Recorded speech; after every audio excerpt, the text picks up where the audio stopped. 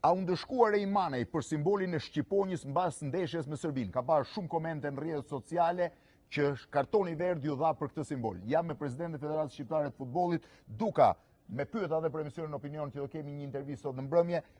Manaj u ndëshkua për Shqiponjën apo për diçka tjetër?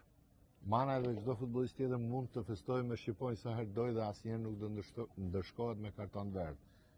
Rasti konkret është ndëshkuar me kartonin e verdh sepse është festuar në bankinën e ekipit kundërshtar, e cila mund të ishte provokim dhe të sillte trazira. Ky është opinioni juaj apo është version zyrtar? Interpretim zyrtar, vendimi i arbitrit sepse është dhënë kartoni i verdh. E thash dhe më parë që kartoni i verdh mund të jepet në raste të tjera kur provokon kundërshtarin, spektatorin ose kur heq bluzën pas shënimit golit.